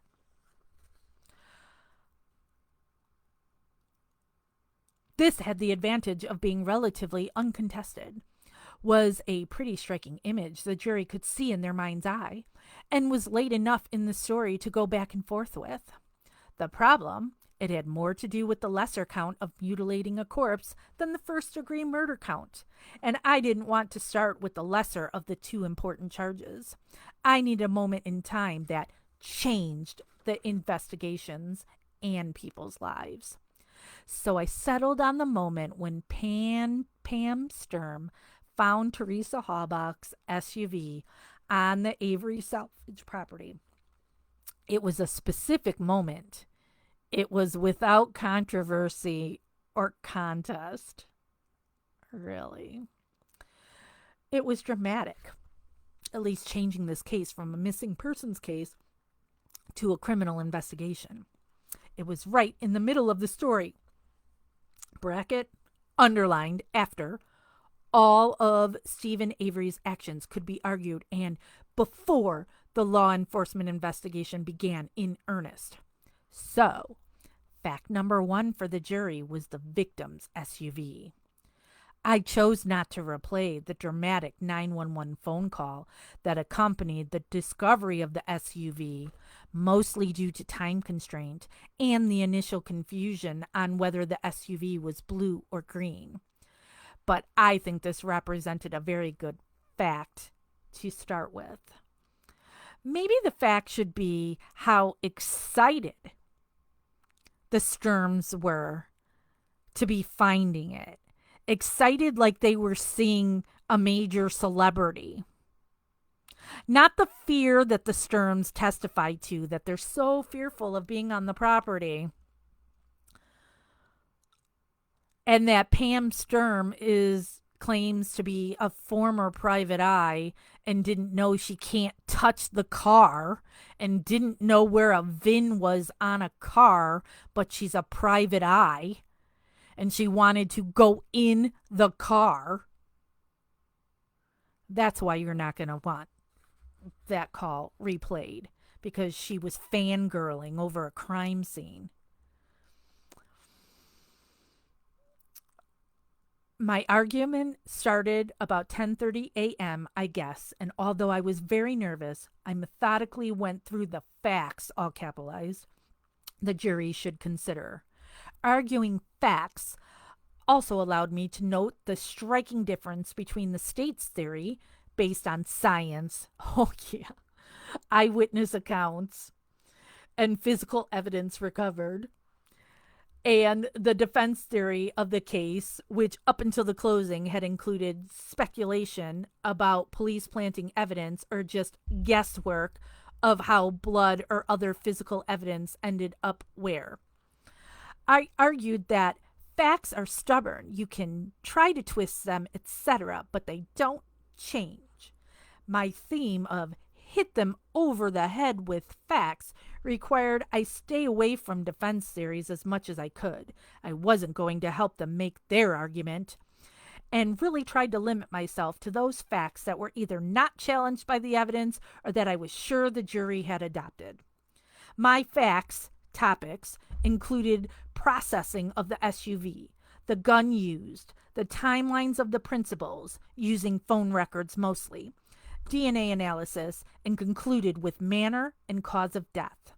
My trial strategy to keep reminding the jury of Teresa's humanity was also a theme that I tried to return to throughout my closing. They had to understand that this was a real person we were talking about, with a very real loss felt by her family. The most drama came from my description of what the DNA evidence was telling the jury. In my opening, I had alluded to the fact that Teresa was leaving clues for the jury to consider her DNA. And this was the moment to bring that point home. Teresa's DNA, her blood, her bone, and tissue in the burn pit on the bullet was her way of telling the jury, this is where I was. This is how he killed me. This is where he tried to hide my body. Teresa is telling you, the jury, all this information. It is your job to hear it! Exclamation point. As feared, given the late start of the closings, my argument went past the lunch hour and concluded about 1:45, 2.5 total hours. We're now on page 15 of 18. We're in the home stretch here. Jerry Buting delivered the first part of the defense closing, which was supposed to not duplicate each other's topics, but I knew they would. The judge also refused to set a time limit on the closing arguments, instead cautioning the attorneys that he had no intent to throw the lawyers a lifeline if their closings rambled too long and the jurors became disinterested in the arguments. This was meant, of course, to put a practical limit on the closings that which jurors would be able to absorb. As predicted, Buting's closing was sharp, bordering on mean-spirited when commenting on police behavior, which he characterizes not just sloppy but criminal, with allegations of planted evidence. Challenging the scientific evidence presented, speculated how certain evidence may have gotten places, asked the jury to think over the break why the court dismissed the state's false imprisonment charge, insulted the victim's memory by wondering if her own lifestyle may have contributed to her murder, etc. Exclamation point. Well, but since they won't consider any other suspects, yeah, I'm sorry, her lifestyle is a consideration. She is the person that was killed, and she did have a threesome with a married couple who then it broke up the marriage and she started dating the husband. She also was having sex with her roommate, Scott Blodorn. And Ryan Hilgas, oh my God, my arm is killing me. I got my shingle shot today and this arm is just throbbing. Ryan Hilgas seemed kind of hung up on her. So there's a whole lot of things that could have been considered in this instead of just wanting to focus on Stephen. It was hard to listen to. Then Buting dropped a huge bombshell when asking the jury if perhaps Bobby Dassey may have killed Teresa. I immediately objected, furious because the court had ruled before trial that there was no evidence to support a theory of third-party liability for several people, including Bobby Dassey. I honestly thought Buting's comment was an intentional attempt to create a mistrial. Sometimes, when all the evidence has gone so badly for your client, a purposeful comment, which leads to a mistrial, grants your client another new shot at a better presentation of evidence. How could Buting, a supposedly skilled trial attorney, just forget that the defense was precluded from introducing Bobby Dassey as the real killer? So my opinion was that it was deliberate. I objected and asked to be heard outside the jury's presence. The judge said he'd take it up after Buting finished his rambling closing, meant to be just the first half of the defense argument. After Buting eventually finished his argument, I asked the court to inquire directly from attorney Buting whether his comments were intentional and whether he was searching for a mistrial. Buting denied his comments were anything more than a comment on the fact that the police don't know who killed Teresa Halbach and that he just got carried away in naming Bobby as the possible killer. The court reread his order excluding third-party liability evidence and noted the prohibition was from entering any evidence or testimony about possible killers, including Bobby, but that his order did not specifically exclude argument to the jury. And pointing out to the court the absurdity of that logic, that you can't ask questions of witnesses that suggest Bobby might be the killer, but you can come out in argument, presumably based on no evidence, and outright name Bobby as the real killer, the judge recognized the conflict, but refused to sanction Buting or grant the state an instruction to the jury. What a strange and disturbing comment and lack of guts by the judge. Because Buting's argument went so long, and the jury appeared tired and didn't look like they could pay attention to Mr. Strang's second half of the closing, the judge announced he was going to quit for the day and make the jury return the next day to hear Strang's closing and the state's rebuttal. In chambers, I was livid, at one point engaging in a heated exchange with the judge, reminding him of his promise not to throw the attorneys a lifeline, and that if the jury was unable to follow Strang's argument, it was due to Buting's disregard for time, and it wasn't the state's fault. Why should the defense be rewarded with another day to give a second closing, again without time limits? The judge told me in no uncertain terms that his concern was for the jury, not attorneys, and if they were too tired to hear any more, there was nothing he could do to force the issue, just another ruling that benefits the defense. That night I wrote my rebuttal. The judge did excuse the two jurors the parties agreed as additional preemptory challenges and would not make them come back the next day to hear Strang's closing or the state's rebuttal. I was absolutely spent when trying to write my rebuttal and didn't get very far that night. As I expected to be done that day, I was emotionally exhausted. So I did what I could and went to bed. I woke up at 2:11 a.m. and wrote my rebuttal at the kitchen table. It's going to make for a long day! Exclamation point. But I knew the case would go to the jury the next day. The end was in sight, but I was concerned about the defense having another full opportunity to give another closing. March 15th, 2007. This Thursday started with Strang giving his closing argument, only 1.5 hours. His tone was very soft, yet his points were not subtle. He basically asked the jury to consider Avery's 1985 wrongful conviction and set things right by finding him not guilty. I received a hug from Karen Halbach before delivering my rebuttal, as she whispered that Teresa would be with me when I was up there. My team urged me to be passionate and directly address the defense's lack of evidence to support their theories. I had intended on being far more animated, which was a tone change I had planned from the development of my closing. I warned the jury that rebuttal arguments are difficult part of the case, as they're necessarily more pointed, and I tended to be blunt about what I felt about what we had heard. What time is it? Oh my God, it's after 7. I used simple black and white slides, again in a PowerPoint, which Buting had disparaged as some slick slides, and I asked questions on each point I thought I had to make. I came out from the first stunt, warning the jury that it was also likely improper for Strang to suggest the jury consider the 1985 conviction as any reason to acquit here. Sympathy, even for a murder, has no place in a jury's deliberation. I need several references to the defensive times to fool the jury.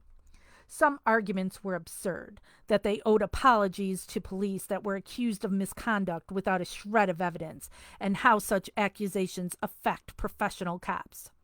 Pointedly noted my disdain for even insulting the Halbach family by suggesting Teresa had any impact in her death due to her lifestyle, which included who she lived with, that she had gone to a party 2 days before, and other veiled accusations. I reminded the jury about the ordeal the Halbach family has been through, and that Mr. Buting should be ashamed for his comments. Victims, especially those that can't speak for themselves in court, are entitled to dignity and respect, and his antics throughout the whole trial showed the clear lack of class. Attorneys can vigorously defend their clients without accusing police misconduct and without victim blaming, but Buting chose to do both.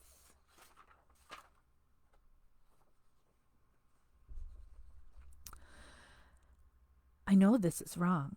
I am such an honest guy and straight shooter, but I have to know more about you. Are you the kind of girl that likes secret contact with an older married elected DA? The riskier, the better? Still wondering if I'm worth it? Can I help you answer any questions? Why would such a successful, respected attorney be acting like he's in 7th grade? Are you worried about me? He's so respectful to victims.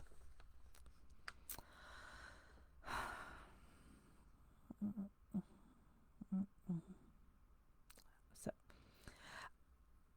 I ended my rebuttal by going back to the facts. What evidence was found, where, and what it all meant again, pointed to one person responsible for Teresa's death, and the jury had a duty to return verdicts of guilty. I was pleased to have several compliments on my rebuttal, as it was not just the message, but the tone that was required. The jury got the case about 1 p.m., and they deliberated until 5:30 p.m. before asking to be excused for the evening. The judge allowed them to come back the next morning.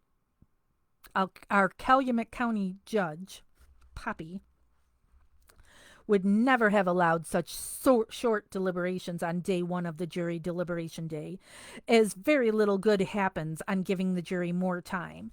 They tend to search for doubt the longer they deliberate, and of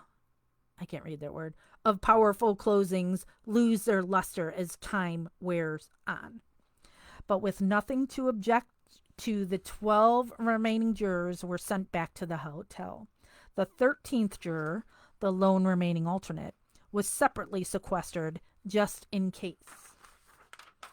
Woohoo! In the home stretch. Page. Well, just in case happened that night. The band member, who the state wasn't thrilled with anyway, got a call that his stepdaughter was in a serious car crash, and due to pressure from his wife about what meant more to him, his family or the jury trial, he told the judge he could not devote his attention to further deliberation and wanted to be excused. After holding a late night conference call with the attorneys, including assurance that the attorneys would not be requesting a mistrial the next day. Oh, there's no closing. And the preferred procedure was the insertion of the sequestered alternate with instructions that the jury begin their deliberations anew. Although it's a setback and things could still go wrong with the alternate juror, we didn't really appreciate what legal challenge was in store the next day. The band member distraught juror is discharged. March 16th. Upon arrival at the judge's chamber, which I was told the night before would be a quick soliloquy with Avery about the process to insert the alternate juror, we learn the significance of State versus Lehman, which requires 3 options for the judge. 1, the defendant stipulates to 11 jurors. 2, the defendant stipulates to the insertion of the alternate. 3, mistrial. So all Avery has to do is say no to the first 2 options, and he gets a mistrial, and we all start over. Obviously, if I had known this the night before, I would not have agreed to discharge of the distraught juror. But Avery agrees to the alternate on advice of his lawyers. They were only paid once, not trying the case anymore. And the new juror is inserted. So he's basically saying there that Strang and Buting didn't care about doing right by Stephen because they weren't paid a lot. So Strang's saying that, there should have been a mistrial, and if they had been good attorneys, there would have been a mistrial. So wouldn't that be ineffective assistance of counsel? Okay, so all 11 other jurors promises to start deliberations over, and the process starts all over. Yesterday's deliberations are for naught. A very tense day of deliberation ends without a verdict. March 17th, the jury once again goes through a full day of deliberations without a verdict. The impact of the victim's family, all the lawyers, the investigators, etc. is obvious. We all go home very concerned. March 18th. The jury resumes deliberations, and as each hour goes by, concern grows deeper. Conflicting reports are presented on whether dinner will be brought in and whether we'll go yet another day. Then, at 4:35 p.m., the judge hears the jury has reached a verdict. Both families are summoned to court. Security is put into place. The moment before the jury walks into a packed yet solemn courtroom is the most tense moment in a high-stakes trial. The Halbach family arrives. My wife, shouldn't he be saying ex-wife, since he wrote this recently and he divorced her a long time ago? My wife and sister-in-law are there. Media is intense. My staff is there. And I am a mess before the verdicts are read. The jury walks in with little reaction or emotion. The verdicts. Count 1. First-degree homicide. Guilty. Count 2. Mutilation of a corpse. Not guilty. Count 3. Possession of a firearm by a felon. Guilty. The judge enters judgments on the verdicts and revokes bail. The defense promises in court to file motions challenging the verdicts. I meet with the Halbach family. I remind them that the Avery family has also suffered a loss today. Is anybody else buying that he was asking for sympathy for any of the Avery family? And remember them in their prayers. A priest has joined the family, and I invite a prayer for Teresa and the strength showed by the Halbachs. The 50-plus family and friends provide a very heartfelt round of applause for me and the rest of the prosecution team. An embrace for Karen, the boys, and congratulations all around. I give a brief press conference. I call into WTMJ and talk to host Jeff Wagner. We all go to celebrate the results at the Outpost Bar and Grill, close to the Halbach family home. My whole staff, most of the Halbachs, my family, lots of cops and well-wishers join us. I'm relieved and pleased with the results. The news the next day has already been very positive, both for the entire prosecution effort and for me personally. March 19th, 2007. I take Monday off to spend time with my wife, go to a movie, and go out to lunch. Things are nowhere back to normal, but the sense of satisfaction for all the hours of preparation and presentation is rewarding. It's too early to comment on the long term effect this trial will have on me personally and professionally. But I have no doubts that I gave Teresa every ounce of energy and dedication in trying to hold her murder accountable. So, for now, that has to be enough. Ken Kratz, 3/19/07. Really? That's what you do in your diary? So there you go. Took me 2 hours to read that. There is Kratz's alleged diary. I will not be sending a link to it for you to read. I'm sure other people have this as well, so maybe they will publish it, but I am not. You watch it here, and that's where it is. I may do a live in the next week to discuss this further because I don't want to keep talking about it now. It has been, like I said, 2 hours, and I came straight from work, and my back is killing me, and my arm is killing me, and I'm gonna have dinner and go relax. Oh my God, Teresa, that's not something I'm gonna talk about here. Um, but she's bad. Um, yeah. That's stuff for Justice with Jax. People here don't like to hear about other cases. So, all right, I am out for tonight. Before I close this, a reminder to everybody, Stephen Avery Project and all of my other pages, we are a supporter page. We believe that Stephen Avery is innocent. We do not engage in debate here on guilt or innocence. You are welcome to your opinion, but you can share it somewhere else. Somewhere else. Don't give me crap about free speech. Nobody's stopping you from saying stuff on your own page, but this is my page. And I get to say what is posted here and what isn't. Just like you don't want me coming to your page and posting stuff against whatever your opinions are on things. So if you come here and watch this video later, that's not live, and you put comments on it of saying anything about guilt, or if you try to get into political crap, your comments are just going to be deleted and you will be banned. So take that crap elsewhere. All right. Thank you, everybody who joined me for these 2 long hours. And thank you in advance for the people who will be watching this on replay. Stay tuned on Stephen Avery Project to find out when I will go live next to talk about whatever latest thing is going on in the Stephen Avery case. As always, investigation continues.